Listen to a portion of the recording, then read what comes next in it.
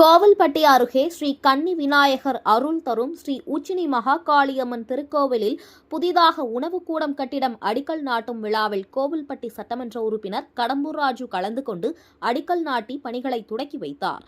தூத்துக்குடி மாவட்டம் கோவில்பட்டி அருகே உள்ள ஆலம்பட்டி தெற்கு கிராமத்தில் பாதியப்பட்ட ஸ்ரீ கன்னி விநாயகர் அருள் தரும் ஸ்ரீ உச்சினி மகாகாளியம்மன் திருக்கோவிலில் புதிதாக உணவுக்கூடம் கட்டிடம் அடிக்கல் நாட்டும் விழா நடைபெற்றது. விழாவில் தூத்துக்குடி அதிமுக வடக்கு மாவட்ட செயலாளரும் முன்னாள் அமைச்சரும் கோவில்பட்டி சட்டமன்ற உறுப்பினர் கடம்பூர் ராஜு கலந்து கொண்டு அடிக்கல் நாட்டி பணிகளை தொடக்கி வைத்தார். பொதுமக்களுக்கு இனிப்புகளை வழங்கினார். இந்நிகழ்ச்சியில் கோவில்பட்டி மேற்கு ஒன்றிய செயலாளர் அழகர்சாமி, மேற்கு ஒன்றிய துணை செயலாளர் அழகு லட்சுமணன், இளைஞர் மற்றும் இளம்பெண் பாசறை மாவட்ட செயலாளர் கவியரசன், அம்மா பேரவை மேற்கு ஒன்றிய துணை செயலாளர் முருகன், அம்மா பேரவை மாவட்ட இணை செயலாளர் ஐயப்பன், தகவல் தொழில்நுட்ப பிரிவு மேற்கு ஒன்றிய தலைவர் பிரவீன், மேற்கு ஒன்றிய வர்த்தக அணி செயலாளர் கூடப்பன், கலைப்பிரிவு மாவட்ட இணை செயலாளர் செல்வ பாலாஜி மற்றும் அதிமுக நிர்வாகிகள், கிராம மக்கள் உள்ளிட்டோர் பலர் கலந்து கொண்டனர்.